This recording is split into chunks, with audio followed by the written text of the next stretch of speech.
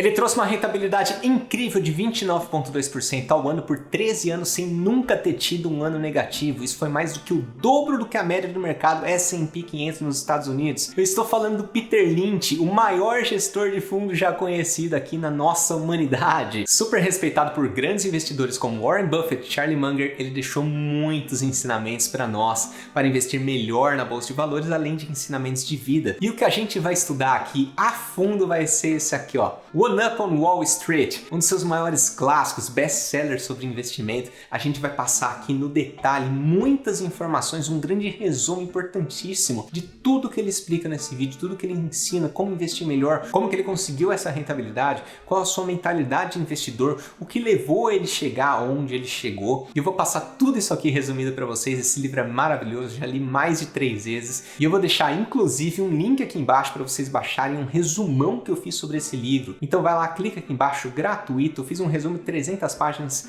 em 20 sobre os principais pontos desse livro, mas trouxe aqui também os principais insights, comentando esse livro, trazendo ele para a nossa realidade de hoje, né? Que hoje o mundo é diferente, né? A gente está numa outra época, mas muitos dos seus ensinamentos ainda valem fortemente para todos os investidores, tá? Então fala sócio, tudo bem? Meu nome é Rodrigo Vicária, eu sou músico profissional aqui na Irlanda, investidor na Bolsa de Valores. Se você é novo aqui no canal, seja muito bem-vindo. Eu te convido a conhecer melhor o canal, dá uma olhada nos vídeos que eu tenho aqui, tem muito vídeo, tem muito conteúdo, eu tenho certeza que você pode se interessar muito por esses vídeos de finanças e se assim for, se inscreve aqui no canal, toca o sininho porque tem muito vídeo aqui durante a semana. Eu já vou aqui no computador para começar a análise, só vou te adiantar que eu vou deixar aqui na descrição todos os tópicos que eu vou falar. Se quiser acelerar o vídeo também, fique à vontade, porque é óbvio que fica longo, mas é conteúdo atrás de conteúdo. Quem é mais velho aqui do canal sabe. Falando nisso, sem mais delongas, bora! Fala sócio, tudo bem? Hoje a gente vai fazer um estudo especial sobre os mandamentos, os ensinamentos desse grande mestre aí das finanças, senhor Peter Lynch. Mas quem que foi Peter Lynch, né? Quem é, na verdade, que ele ainda está vivo? Nascido em 18 de janeiro de 1944, então 76 anos nesse momento que eu gravo esse vídeo, em Massachusetts. Ele trabalhou como auxiliar num campo de golfe. O que isso mudou na vida dele? Ele começou a conhecer muita gente rica, muita gente milionária, magnatas, investidores de Wall Street. Ele ficou muito interessado pelo assunto. Só que ele acabou estudando história e filosofia. Isso é bem interessante na vida dele. Numa passagem do livro dele, inclusive comenta que ter estudado história e filosofia foi muito mais útil do que ter estudado estatística e matemática, pois investir é uma arte, não exatamente uma ciência. Então é bem interessante, ele diz que isso ajudou muito na percepção de empresas, de ações, de seres humanos trabalhando lá atrás daquele ticker que a gente vê no home broker. Mas agora, indo direto na parte de investimentos em si, ele foi gestor do fundo Magellan Fund na Fidelity Investments entre 1977 e 1990. Então por esses 13 anos ele conseguiu uma performance incrível de 29,2% ao ano, mais do que o dobro do que o S&P 500 performou naquela mesma época. Ele nunca teve um ano negativo nesse período em que ele foi gestor desse fundo. Ele conseguiu crescer o fundo de 18 milhões para 14 bilhões de dólares. Ele chegou a possuir mais de 1.400 ativos. Esse é o grande diferencial dele, né? Peter Lynch ficou muito conhecido, claro, pela gestão em si, mas pela forma que ele gestionava. Ele chegou a ter 1.400 ativos. Imagina declarar imposto de renda para esse senhor, né? Então ele tem essa peculiaridade, essa característica como investidor, e hoje ele é bastante conhecido como o maior gestor já conhecido, que já passou lá em Wall Street. Ele escreveu One Up on Wall Street, aqui saiu errado o corretor, mas tudo bem, Beating the Streets e Learn to Earn, especificamente para adolescentes. O que a gente vai falar vai ser sobre o One Up on Wall Street. Se te interessar, no final desse vídeo, deixa um comentário, claro, se você quer que eu faça também um resumo sobre Beating the Streets. Tem muitos ensinamentos lá também. Um sumário, um breve sumário do que a gente vai conversar aqui, as principais filosofias, bolsa de valores em sua visão, ações e cassino. Enfim, a gente vai passar um pouco do mindset dele, da mentalidade dele de investidor, das estratégias que ele utiliza, alguns mais práticos, alguns mais filosóficos, e no final aqui ele tem alguns comentários sobre os crashes da bolsa e ensinamentos de vida. Então o sumário é bem interessante, mas tem que trazer alguns pequenos disclaimers. Estamos aqui para estudar. Então tudo que eu falar aqui não se caracteriza como recomendação de nada, até porque eu estou estudando puramente um livro, tá? Eu estou pegando desse livro. Mas eu realizei uma tradução livre, então não realizei uma tradução juramentada ao pé da letra, tudo bonitinho. Eu fiz uma tradução porque eu li ele em inglês e trouxe aqui para vocês de uma forma mais clara. Muitos dos conceitos aplicados nesse livro já se tornaram ou não práticos ou questionáveis, tá? Por quê? Porque foi um livro que estava comentando uma época de 1977 a 1990. Isso é muito antigo, tá? Já tem 30 anos isso, tá? Alguns poucos conceitos se aplicam mais aos Estados Unidos, poucos deles. O link para o resumo do livro eu deixei aqui na descrição. Então são 21 páginas de puro resumo desse livro, que tem 200 e poucas páginas. Eu já li 3 vezes, é um maravilhoso. Eu super recomendo vocês lerem esse livro.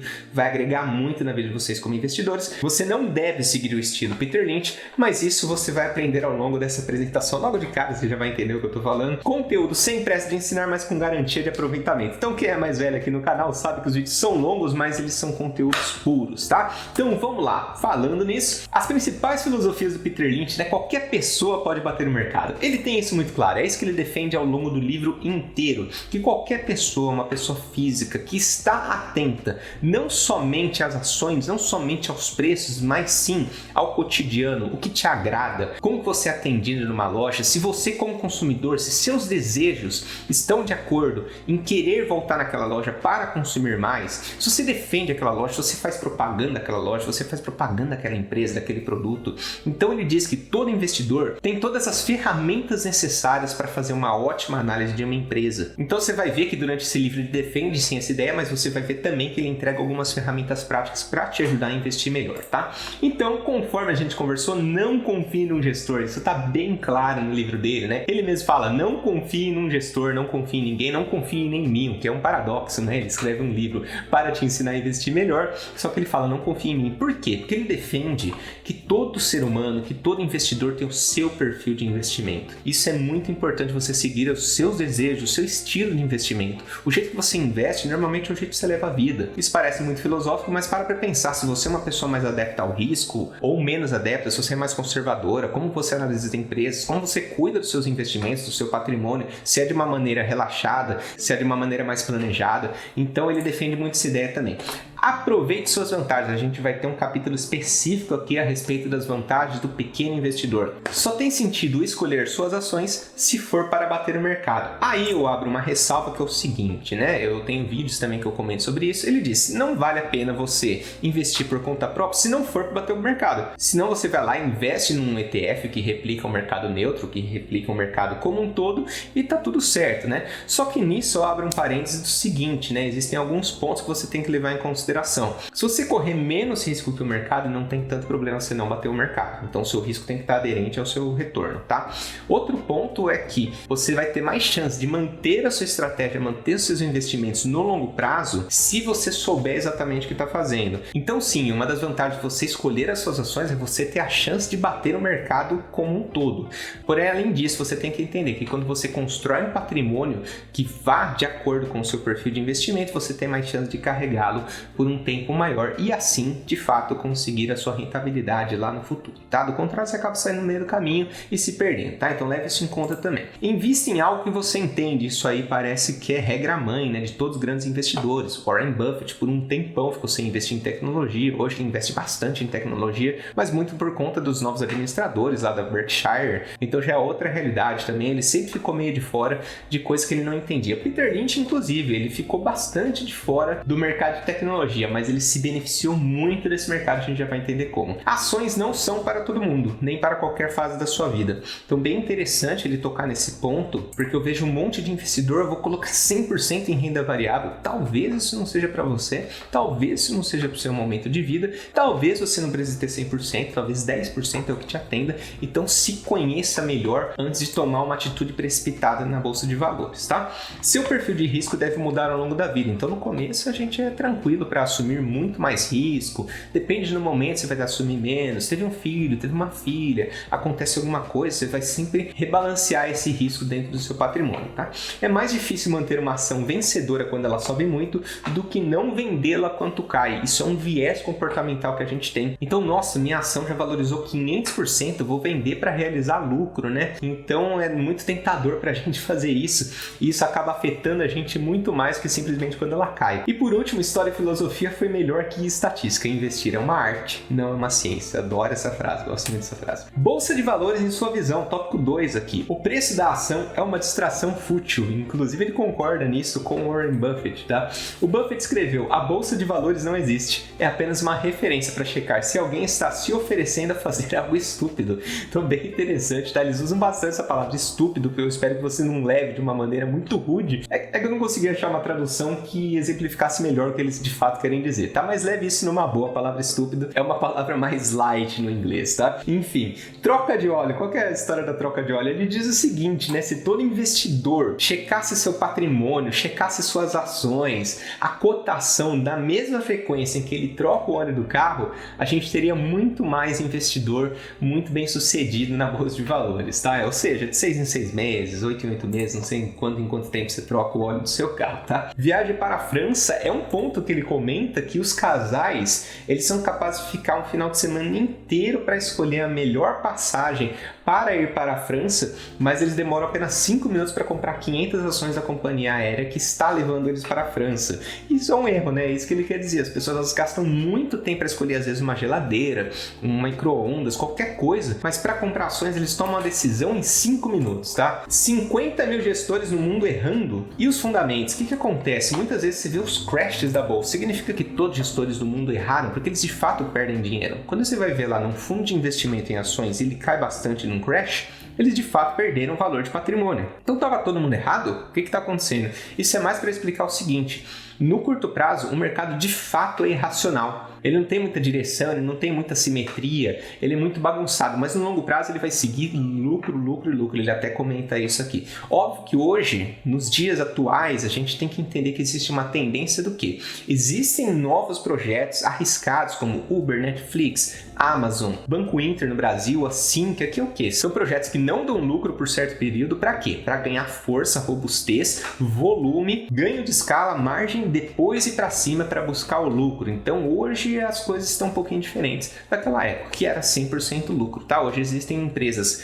de alto risco que podem te trazer ganhos bem expressivos no futuro, mas elas ficam 10, 15 anos sem dar lucro, só buscando essa robustez. Home Broker por 5 horas, ele defende que a bolsa de valores deveria funcionar por 5 horas e não 8 diariamente, porque você teria muito mais tempo para analisar empresas do que ficar simplesmente olhando para a cotação. E ações e cassino, esse é um capítulo muito interessante, é uma passagem bem peculiar do livro que ele começa a dar exemplos de investir na bolsa de valores versus ir para o cassino de Monte Carlo. E sim, essa figura é do cassino de Monte Carlo, incrível, né? Só carro chique pra caramba, uma diversão gigante, né? E ele defende exatamente isso. Se você quiser especular, se você quiser fazer bagunça, vai para Monte Carlo que você vai se divertir muito mais. Por quê? Além de você ter menos chance de perder do que num day trade, a gente já vai chegar nesse ponto que ele mesmo defende, ou seja, desde 1980 é mais difícil ganhar dinheiro no day trade do que investindo em boas empresas em si, mas ele defende que além disso, no final, quando você toma um prejuízo em Monte Carlo, você ainda pelo menos ganha algumas cervejas, você ganha alguns drinks gratuitos, porque você está lá se divertindo e já é de seu direito.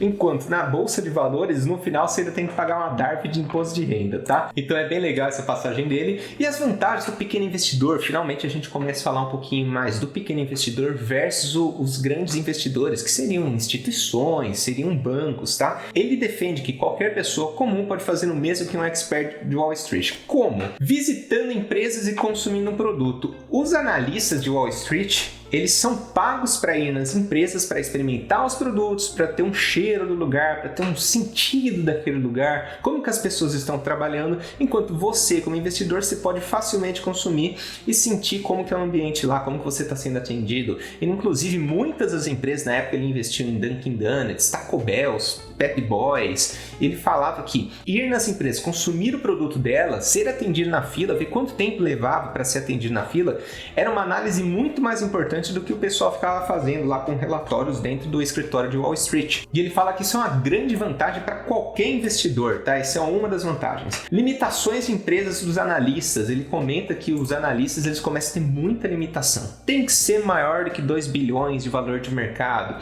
tem que começar com a letra B, não pode trabalhar com petróleo, existe um monte de coisa, né? Um monte de regra, óbvio que ele começa a fazer um monte de piada no livro, né? Como, por exemplo, essa da letra B, mas isso é bem importante você saber que lá nos Estados Unidos é uma realidade que tem tantas empresas, mas tantas empresas, tem muitas empresas não cobertas pelos analistas, porque eles têm que chegar numa régua, eles têm que chegar num ponto lá que eles falam, cara, a gente não vai conseguir analisar 5.000 empresas.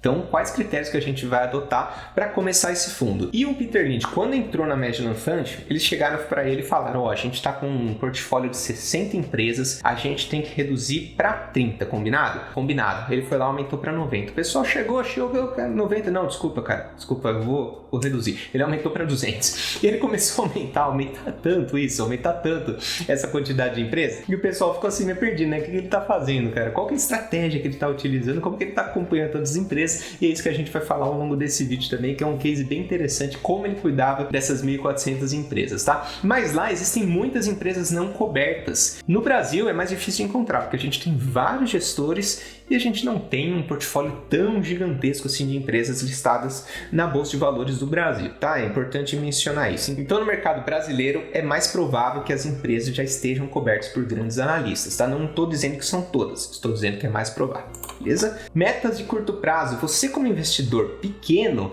você não tem que bater meta todo mês, eles têm que bater meta todo mês de rentabilidade, porque senão eles perdem cotista, se eles perdem cotista, eles perdem patrimônio, se eles perdem patrimônio, eles perdem rentabilidade, se eles perdem rentabilidade, eles perdem comissão, eles perdem performance, então eles são muito preocupados no curto prazo, mesmo sabendo que bolsa é para o longo prazo, tá?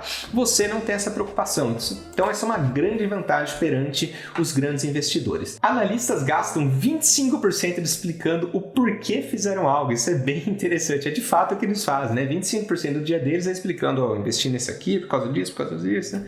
Você não tem esse problema. Escola de administração, ele faz uma piada, né? Ainda bem que ele não fez escola de administração, porque imagina o tanto de matéria que ele não tem que desaprender. Quando fundos compram, já não são mais barganhas. Novamente, é aquilo que a gente comentou, né? No Brasil é mais difícil encontrar empresas que não estão sendo cobertas por algum grande fundo, tá? Mas nos Estados Unidos é bem comum, tem empresas que abrem capital, o fundo sequer ouve falar dela direito. Tipos de empresas, esse livro ficou muito famoso porque ele conseguiu classificar todas as empresas em 6 grandes grupos. A gente já vai falar desses grupos, mas qual que é o objetivo de classificar esse tipo de empresa? É você saber o que esperar de cada um. Esse é o mais importante. Ele te ajuda a organizar a sua carteira de uma forma de expectativa de cada ação. Isso é bem importante. O que esperar dessa empresa para ela não frustrar suas expectativas? Se ela está num determinado momento, ela está entregando menos do que aquilo, aí sim você fica preocupado. Agora, se é uma empresa gigantesca que não tem mais para onde crescer e você está frustrado porque ela não está dobrando de tamanho, aí é uma falha de perspectiva sua. Então, essa estratégia dele ajuda a entender o que esperar de cada empresa, tá? Então, eu vou comentar uma por uma aqui, alguns exemplos também para elucidar melhor o que eu estou falando, tá? Baixo crescimento. São empresas consolidadas. Espera-se o que delas? Que elas paguem bons dividendos, espera que cresçam levemente acima do mercado, então elas não vão dar aquele boom, né? Elas não vão crescer demais. A taxa de juros está 2,2%, espera-se que elas cresçam 3%, sabe? Alguma coisa do tipo. Exemplos que a gente tem aqui no Brasil, Itaú e Vivo, que a gente tem nos Estados Unidos, Johnson & Johnson e o McDonald's. Não tem mais para onde eles crescerem tanto, né? Óbvio que eles vão continuar crescendo, vão lançar um projetinho aqui e ali, mas a sua expectativa como investidor deveria ser de alto dividendo, que eles paguem bons dividendos e um crescimento não tão elevado. Por exemplo, McDonald's, toda a esquina já tem um McDonald's. Onde mais que eles vão crescer, né? McDonald's é fora de série, né? Eles conseguiram crescer na Índia, né? Como pode, né? A Índia não come carne bovina, né? Incrível isso. Médio crescimento, empresas que devem crescer em torno de 10% ao ano. São boas amigas numa crise. Isso é bem interessante de comentar porque são aquelas empresas, quando vier a crise, elas tendem a se beneficiar da crise. Então a gente viu algumas empresas aí passando por esse momento. Elas estavam crescendo, elas estavam bem consolidadas, bem tranquilas, mas elas crescem lá pouquinho, 5 a 10% por ano, porque ainda tem uma fatia para abocanhar do mercado, diferente das gigantescas que a gente comentou. Aí quando vem uma crise, normalmente elas se beneficiam, porque elas já estão super sólidas, falta ganhar aquela fatia mais difícil de atingir, vem a crise, essa fatia é super atingida, eles vão lá e abocanham, né? Então eles crescem bastante nessa época. Alguns exemplos: M. Dias Branco, Cervejaria Ambev, a Engie e a Kellogg's. A Kellogg's hoje nem tanto, mas esse é um exemplo que ele trouxe no livro, inclusive ele fala bastante da Kellogg's. Deixa eu fazer uma apresentação rápida sobre a empresa. Ela cresce o seu pagamento de dividendos há mais de 50 anos. Essa é a apresentação. Uma empresa sensacional, já passou por guerra, né? Tem mais de 100 anos essa empresa. Então, bem interessante você ter uma parcela do seu patrimônio que te proteja desse tipo de momento. Crescimento acelerado aí começa aí onde ele gostava, né? Espera-se crescimento de aproximadamente 25% ao ano. É onde se encontrou as 10, 40, 200 baggers. O que é 200 baggers? Quando ele jogava golfe, existiam algumas regras lá que eu confesso para você que eu não sei direito, mas que tinha o 10 bagger, que era fazer 10 vezes o que você colocou inicialmente, né? Então ele começou a usar essas mesmas nomenclaturas para investimentos e acabou ficando famoso. Então quando você ouvir 10 bagger, significa que você pagou 10 e ela está valendo 100, ou seja, ela está valendo 10 vezes mais do que você comprou. Quando ele fala 200 baggers, ou seja, ela está valendo 200 vezes o que você comprou, são as ações principalmente de alto crescimento e turnaround. É lá onde você tem maior expectativa de encontrá-las, mas também com um maior risco. Ele deixa isso bem claro no livro, tá? Então, com um pequeno portfólio, uma ou duas dessas podem fazer sua carreira. Você tem lá 10 empresas de crescimento acelerado. Se 8 falharem, mais 2 forem, o objetivo é que elas paguem tudo, né? Paguem todo o seu prejuízo e ainda tenham um retorno bem esperado, tá? O mercado não tem bons olhos quando perde o fôlego. A gente vê, às vezes, uma Raia Drogasil passando por um movimento desse, ele vai lá, era esperado que ela crescesse 25%, ela cresceu 20%. O mercado já olha torto e já derruba a cotação dela, tá? Então o mercado derruba bastante esse tipo de empresa se ela não entrega a expectativa do mercado. Exemplos de crescimento acelerado: Raia Drogasil, Magazine Luiza aqui no Brasil, Tesla e XP. Então espera-se que elas cresçam muito, até por isso que o PL delas é super elevado. Empresas cíclicas, o quinto tipo de empresa, você espera o quê? Uma alta contração e expansão de tempos em tempos, maior volatilidade de resultados e de preços. Exemplos: Petrobras, Exitec, Klabin, Vale. Eu diria que aqui Petrobras e Vale são de fato as mais cíclicas, tá? Por quê? Porque elas dependem muito do ciclo das commodities. Se vai aumentar o preço, se vai reduzir o preço, elas vão ter ganho em cima daquilo. Elas são muito cíclicas, por isso que você acaba vendo rapidamente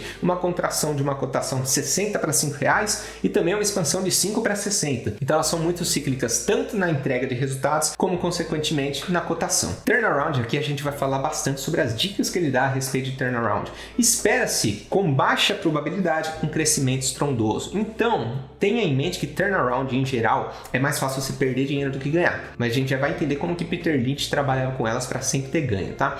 Maior volatilidade de resultados e de preço também. Exemplo: CVC entrou em turnaround esse ano, Cogna também entrou em turnaround e o IBR, que já está em turnaround há um bom tempo. As regras de ouro sobre turnaround, de acordo com Peter Lynch, tá? Fique de fora de grandes tragédias, vidas e catástrofes naturais. Por exemplo, se é uma empresa que está no momento de turnaround, mas por algum motivo de explosão que envolveu vidas, né? Ele até cita alguns exemplos de explosão de gás, aí é muito delicado. Aí é melhor você ficar de fora, porque a gente está falando de um valor imensurável. Você não sabe quanto que isso vai custar para a empresa pelo resto da vida dela. Então, assim, é bem delicado você entrar nesse tipo de turnaround. Os 10 baggers também pode vir de quem já deu sinal de recuperação. Então a principal característica dele é o que? Ele viu que a empresa foi lá e levantou a cabeça para fora d'água, conseguiu respirar, aí ele vai lá e entra. Essa é a estratégia. Ele não quer entrar naquela que está 100% quebrada, que nossa, qual que é a perspectiva dela voltar? Praticamente nula. Ele não está buscando essas empresas, ele está buscando aquelas empresas que já demonstraram um sinal de retorno, já conseguiram apresentar, por exemplo, um lucro operacional, já conseguiram reduzir bastante o prejuízo, já estão apresentando sinal de melhora. Aí ele fala, é agora. Ele vai pagar mais caro do que se tivesse comprado lá no fundo do poço? Vai, mas ele deixa bem claro que ainda assim você pode fazer isso aí se multiplicar por 10, 20, 100. Olha os planos de pensão e remuneração daquela empresa. Isso é bem interessante, que às vezes a empresa está no processo de turnaround, ela está passando mal das pernas pra caramba. Você vai ver, a administração está tendo um lucro milionário, eles ainda bancam condições estratosféricas para quem está na alta administração da empresa, presidência, diretoria, e você lá como acionista, você está esperando a empresa se recuperar, mas eles têm altos encargos trabalhistas com aquele tipo de situação, tá? Então tente olhar quanto que eles estão pagando para a alta administração, tá? Você deveria focar em quantas subiram versus quantas caíram. 6 em 10 seria incrível. Ele fala que com 6 e 10 você ultrapassa aí os analistas de Wall Street, tá? Resumo, as que subirem tem que pagar as que caírem e trazer um retorno extra. Esse é o objetivo, né? Você vai perder em algumas, você vai ganhar em outras, e essas outras tem que bancar todo o seu investimento. Asset Play, empresas sentadas num ativo valioso e mal precificado. Hoje é muito mais difícil você encontrar uma Asset Play, mas o que seria? Eu trouxe aqui como exemplo a Grendene e o McDonald's. O que acontece? O case do McDonald's é muito maluco, né? Você pensa que eles são uma hamburgueria, né? Que é uma hamburgueria. Na verdade, você pega o case por trás deles, o que eles fazem, né? Eles vão lá, te vendem a franquia, te vendem toda a expertise e eles passam a deter aquele terreno. Eles são donos de muitos terrenos no mundo inteiro. É simplesmente incrível o case deles. Se todos os McDonald's falirem, o dono, a franquia, possui ainda aqueles terrenos, né? Então eles têm muito dinheiro, muito patrimônio. A Grendene, ela está sentada num caixa de 2 bilhões de reais. É óbvio que hoje está todo mundo atento e consegue estar sempre precificando. Na época que ele escreveu o livro, nem sempre as pessoas enxergavam isso, nem sempre conseguiam fazer essas contas todas, né? Então o acesso à informação era muito mais complicado e se você conseguisse captar aquela empresa que está construindo algo que ninguém está conseguindo ver, alguma hora as pessoas vão ver, isso vai se valorizar. Esse é o ponto de vista sobre o Asset Play. E é importante dizer que as empresas sempre variam de categoria, então uma empresa que hoje é alto crescimento, um dia vai se tornar baixo crescimento. Uma empresa que hoje é de crescimento, um dia vai ser de dividendos. Sempre assim. Uma empresa pode ser uma de médio crescimento e cíclica ao mesmo tempo. Ela pode ser uma de alto crescimento e também cíclica. Então varia demais, tá? Elas podem estar em mais de uma ao mesmo tempo, como comentei, e elas podem estar entre as categorias. O McDonald's fez isso muito bem quando ele fez uma transição de alto crescimento para médio crescimento para baixo crescimento e se tornou uma empresa pagadora de dividendos. Essa transição foi muito difícil porque quando você para de entregar aquilo que o mercado espera, ele vai lá e bate. Não foi o que aconteceu tanto com o McDonald's. Ele fez uma transição muito bem feita e é muito difícil encontrar empresas que consigam fazer essa transição de alto crescimento para baixo crescimento. Sócio, essa foi a primeira parte do estudo, então ainda tem muito mais por vir, tá? Tem muito mais conhecimento pra gente aprender com esse monstro das finanças. Então não se esquece de se inscrever aqui no canal, toca o sininho para ser notificado quando eu postar o segundo vídeo. Se você gostou desse conteúdo, por favor, curte aqui, porque deu um trabalho enorme para fazer, horas e horas e horas de estudo aqui para trazer para vocês. Então, muito obrigado pelo seu tempo e atenção disposta. Até o próximo vídeo.